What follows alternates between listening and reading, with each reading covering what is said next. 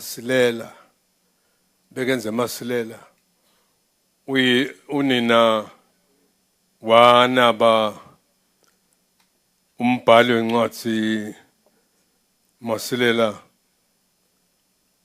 kwabona lo siswati sithi sihambi uyasigcina nje awube solumphenya ukuthi uyaphi umgcina umonhle umvulela ahambe. It is our custom that when a stranger or visitor comes to our home, he is given the best treatment, is made to feel at home. And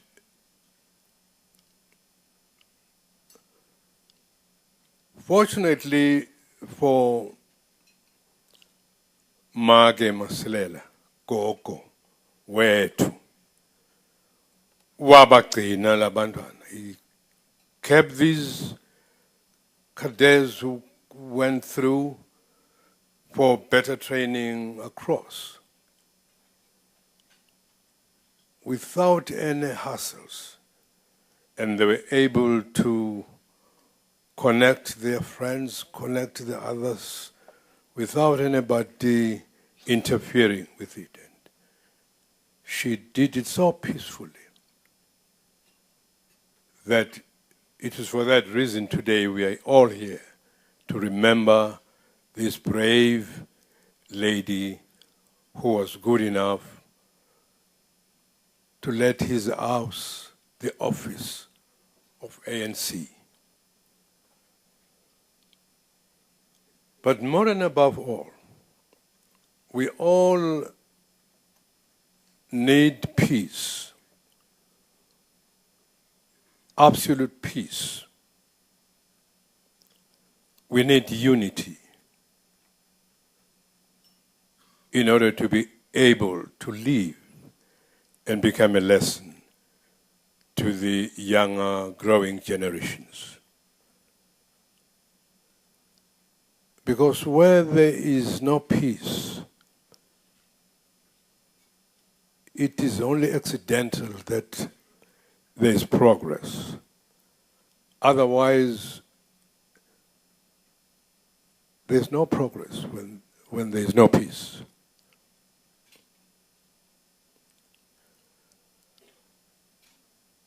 We believe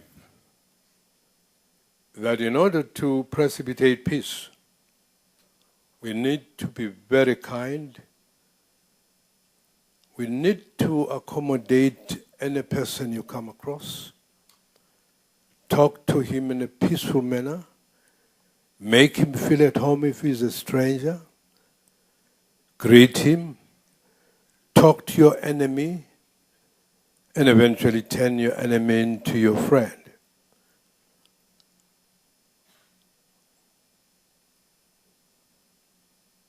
That, in the long run, precipitate peace. We need coexistence. Our friends across the border, their problems are our problems.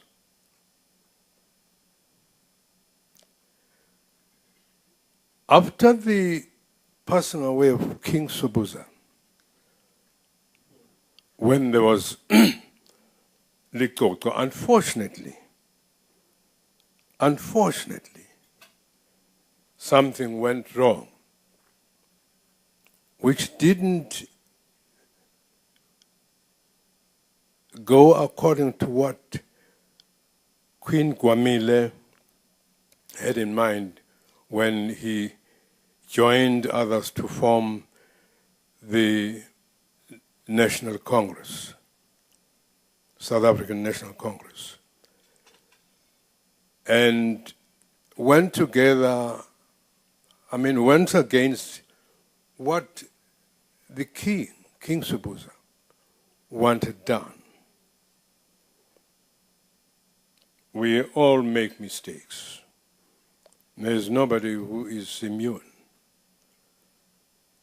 But when mistakes are made by some leaders, we begin to think aloud. are they really out to help the nation or out to destroy the nation? If there's anything that went against the grains of the struggle, we definitely have to apologize to our friends.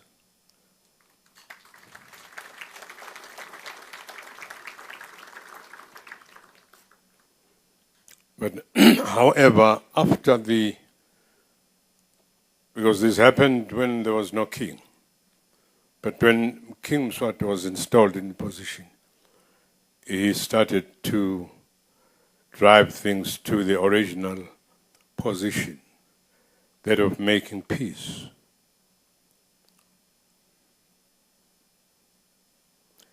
We are all created by God for the purpose of creating peace. We are grateful if our kings concentrate in this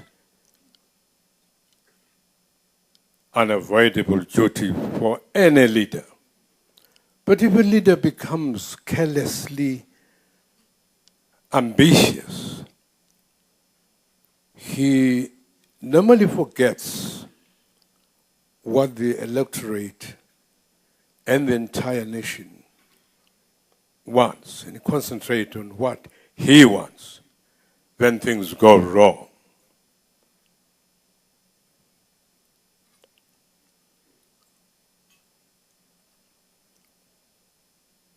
We feel you're coming to Swaziland to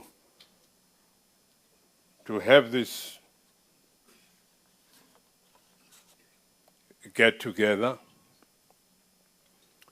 is highly appreciated by all of us, but in particular the King and the Queen Mother.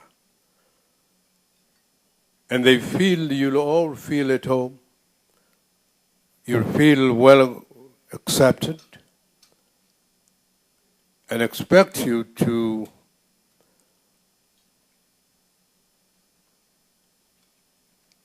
go out and look for places of interest. We have a lot of these places in Swaziland. So that when you go back home, you go back with a happy frame of mind. Some of you were at the Royal Crawl today. We are having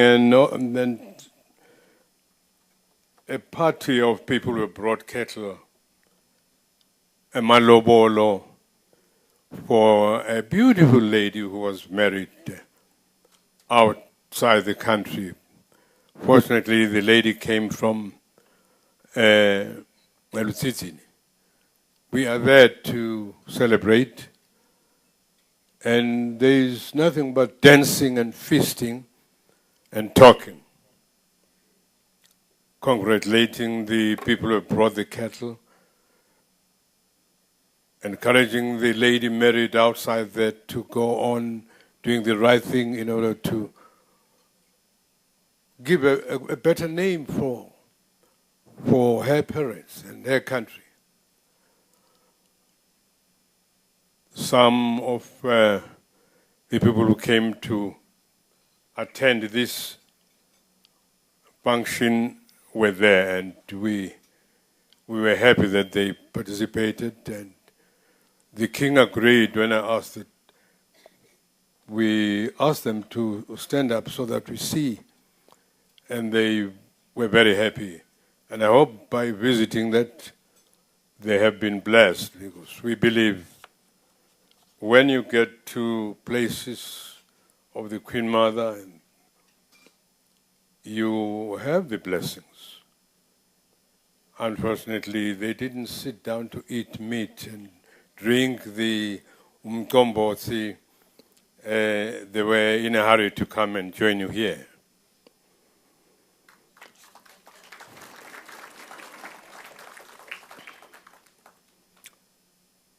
Ladies and gentlemen, we are very much disturbed to hear that Mandela is not well.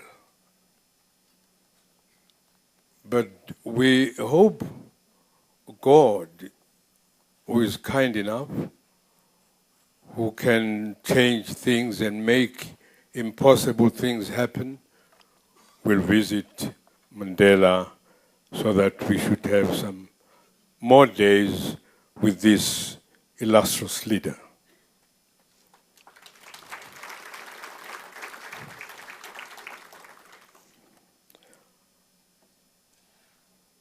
I think I shouldn't go further than what I've said, because I've been asked here to come here by the King. Otherwise, there's quite a lot I would say, but I don't want to waste your time. Some people are diabetic and would like to continue with their food.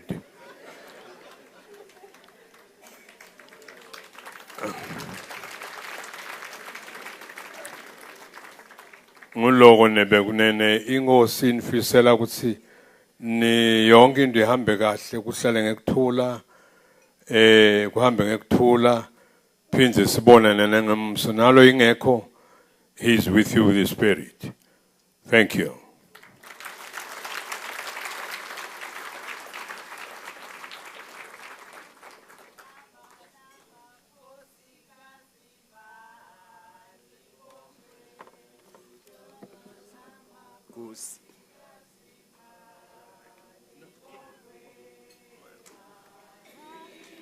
Bongwe, mali bongwe, mali bongwe, mali bongwe.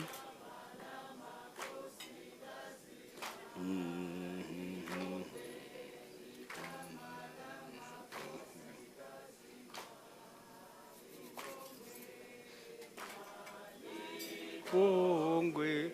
You must watch me. If I do this, you go down. Libongwe, ma libongwe. Thank you. Yeah.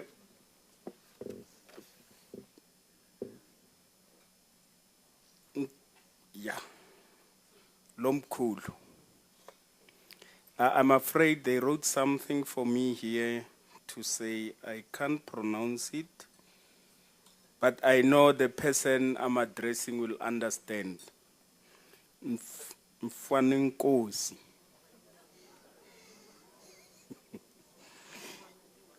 Okay. Thank you. Yeah, it's difficult. You know, Lucky spoke about the difficulty of pronouncing English words. The deputy prime minister also indicated some difficulty with some words. And there's a lady in Majane who also had a very difficult situation. She asked her granddaughter to write an SMS to one of her daughters who is overseas. And you know the SMS language. So the message could not reach that person for some technical reasons. But now this old lady was worried. She took the phone, looked at the message and said, "But what did you write here?" That's why the message came back, because the people could not understand it. They sent it back for you to correct. So that's another problem with understanding words, and I'm also struggling. At this point, I'm going to say to you that last year we had a theme. The theme was to celebrate 100 years of liberation. This year, the theme going forward, we celebrate the fruit of freedom. Dr. Legodi is one of those fruits. I'm going to ask the good doctor, before you check my eyes, I'm going to ask the good doctor to stand up again. Just stand up this time. And I'm going to ask the wife to the good doctor to stand up as well. And I'm also going to ask the fruit of this couple to stand up. Where are the kids? I saw them. Is it your brother? Oh, that's the brother. Oh, the sisters. Oh, okay. I misinterpreted the situation. It's another problem with weights. Yeah, thank you very much. Dr. Legodi, as indicated earlier, in 43 years, you know, that's very important to note. In 43 years, he is the first president, black, that's the operating weight, the first black president of the Ophthalmology Society of South Africa. Oh, I got it right. Thanks to my teachers. And it's very significant that he holds that position.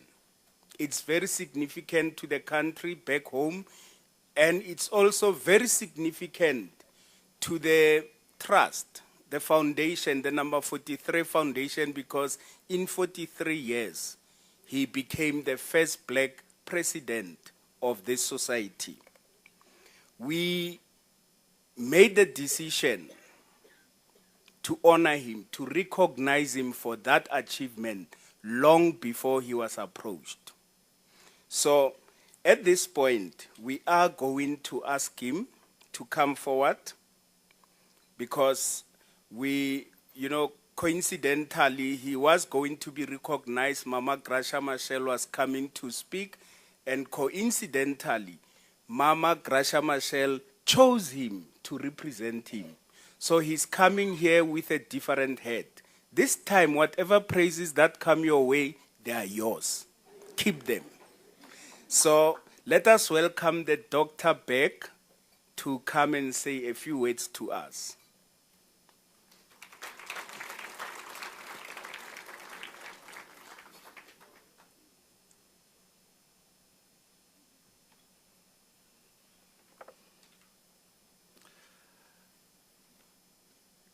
Good evening again.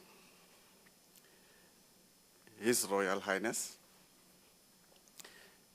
Deputy Prime Minister, all protocol observed.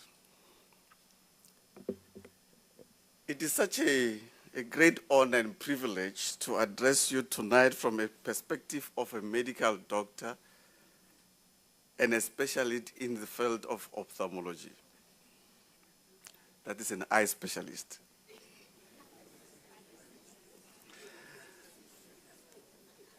DPM, not ISIST. I'm deeply honored, especially to have been recognized to be acknowledgement guest speaker in the celebration of such a great legacy. Number 43, Toloni Park, and the spirit of Komakoko.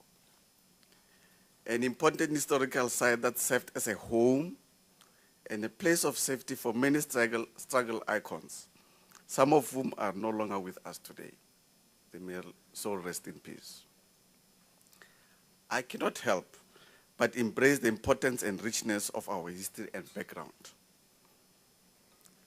The mix of emotion that one experiences as one goes through the book by my big brother, Elias Masilela, number 43, Toloni Park, Komagogo, ranging from pain and sadness, empathy, anger, bitterness, are soon replaced by a deep sense of pride, honor, and great appreciation to know that our veteran leaders' work and lives were dedicated to us who came after them as left as sacrifice. The struggle members work hard by paving a way for us, youth, to enjoy the fruits of a free and democratic land so that we could take full advantage of the opportunities that our land had to offer to all those who live in it. Ladies and gentlemen, this is usually my chorus. My family knows this. I usually like to say, no English dictionary has been able to explain the difference between two words, complete and finished, in a way that easy to understand. Some people say there is no difference between complete and finished. I beg to differ, because there is. When you marry a right woman, you are complete. And when you marry a wrong woman, you are finished.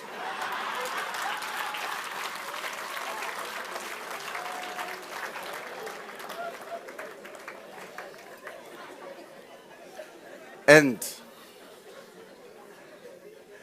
when the right one catches you with the wrong one, you are completely finished. Ladies and gentlemen, my wife say, oh, can she stand up, please, just to know everybody? I know you already stand up, and also my family this side.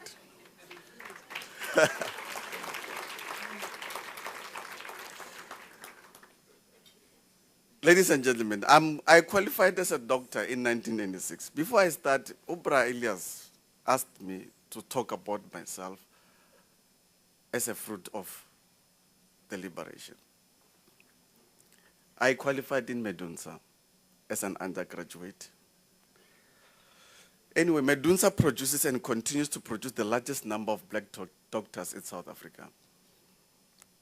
As a black doctor at the time, one could vividly feel the result of the racial divide that was there in the country at the time, even in the medical profession. Some of the hospitals during those times were only then starting to adapt to the notion of having black patients mixed with white patients. There was unapologetic and persistent use of Afrikaans during ward rounds and on the patient's notes by some of the senior doctors. The signage of the doors and corridors were in Afrikaans. This was just a taste of experience of the old regime, the sense of feeling different in your own country, even as a profession. I developed a keen interest in the eye field ophthalmology, and I was accepted to become a medical officer, then study ophthalmology at the University of Natal. I tried to apply to all universities at the same time. All of them, they were denying me. At the time, there was only 6 black South African qualified ophthalmologists. I must say that those were the longest 4 years of my life. As a black young registrar, one had to prove himself over and above others that one was indeed deserving of a position of becoming an ophthalmologist. There was always a constant reminder that you are black and young, and in a way made to feel that you came to the field by default or favor. And as you can imagine, as I was going through the years of specializing, experienced the many challenges personally, academically, emotionally, and socially. It made me angry and bitter at every stage, because it seems to know that the struggle was beyond just learning and books, but it was just a bigger struggle. At some point, I had my bags packed, and I was ready to leave Durban, to go back home and stop specializing. Ladies and gentlemen, it was through sheer determination and drive to succeed at my goals that I qualified in 2003 as an ophthalmologist. The opportunity of being accepted at the university was offered to me by the result of persistence of the struggle of the past. The field that was studying it was popular for non-African people, and I was lucky to be accepted in it. It would have been disappointing for me not to persist and take the baton and to give up easily on the way. Today, I stand before you, the young people of today, rather because this is more relevant to them, to say, seize the moment. There are endless opportunities for us today because someone made it easier for us. Someone's life was selflessly. Oh, that's the tongue. It's not that I cannot pronounce it. And in a very cruel manner sacrificed for, so that you and I could have a little easier. I think sometimes opportunities come once, and we need to seize those opportunities and give whatever challenge we might be facing. I thought I mentioned a few things that I feel are most important and relevant in our generation, that is the youth, in order for us to have a successful future. I believe there's a great strength that can be drawn from each and every one of them. Number one, education and knowledge. It is very important for us as the younger generation to acquaint ourselves with history and not ignore it as something in the past. The role that education can play in our life is truly immeasurable.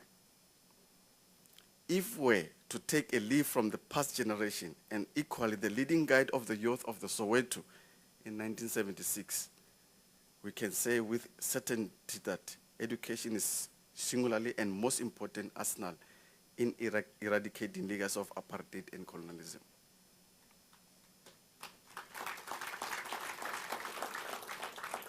Nelson Mandela and his generation understood that education was important for mass mobilization and making people conscious of the struggles for human rights and justice. As another struggle luminary, Moses Kotane once said, education had the uncanny ability to shift the thinking and understanding of society. He explained that teachers who were even loath to political activity ended up consistent through having to read and write letters of hardship from migrant laborers in the urban centers and mining opportunities.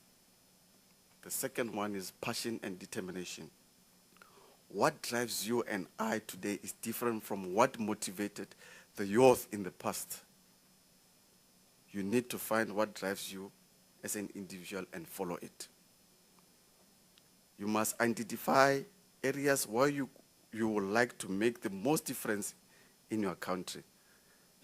Follow that. Will you like to give or receive? Third one is unity. I believe today as a youth we need to be united in one struggle, and this should be in a struggle to achieve better in whatever we do. We need more role models. We need unity in improving our country. We need to continue to embrace the spirit of Ubuntu through patriotism. We need to be part of solution and not the problem. I believe that there's nothing we cannot achieve if we are united in our vision. Being a well-rounded, balanced individual. Without healthy lifestyle and social life, it will be very difficult to be all that I have mentioned above. The importance of having family as a support and strength can never be overemphasized. Maintaining a healthy way of living may seem like second nature to some, but it is the wake of the abundance of the stressful life that we lead and response that unhealthy habits like use of habitual drugs and excessive use of alcohol and smoking. It goes without saying that we need to learn a way of life that does not have harmful effects to our health, while at the same time enjoying the economic benefits of our work in a funny way. The spirit of living and Ubuntu, that's number 4. The truth is the notion of Ubuntu is a great quality that is not just taught to us from a young age coming from a black community, but is a way of life. This is something that makes you love South Africa and Africa as a whole. You could be anywhere, but no one gives wholeheartedly than an African person who will take the little that he or she has to give to his or her neighbor, not wondering even a little about what will be left for himself or herself for tomorrow. That is the same spirit displayed by Umagogo. Kwamagogo, putting others first despite your own security and safety being on the line. Being community and not self-centered. selflessness, great character of sharing, caring, and love. I serve on many international boards. Many of you may not know why I'm wearing this heavy chain. This year, on the 16th of March, I was inaugurated as the Ophthalmology Society of South Africa, OSSA president.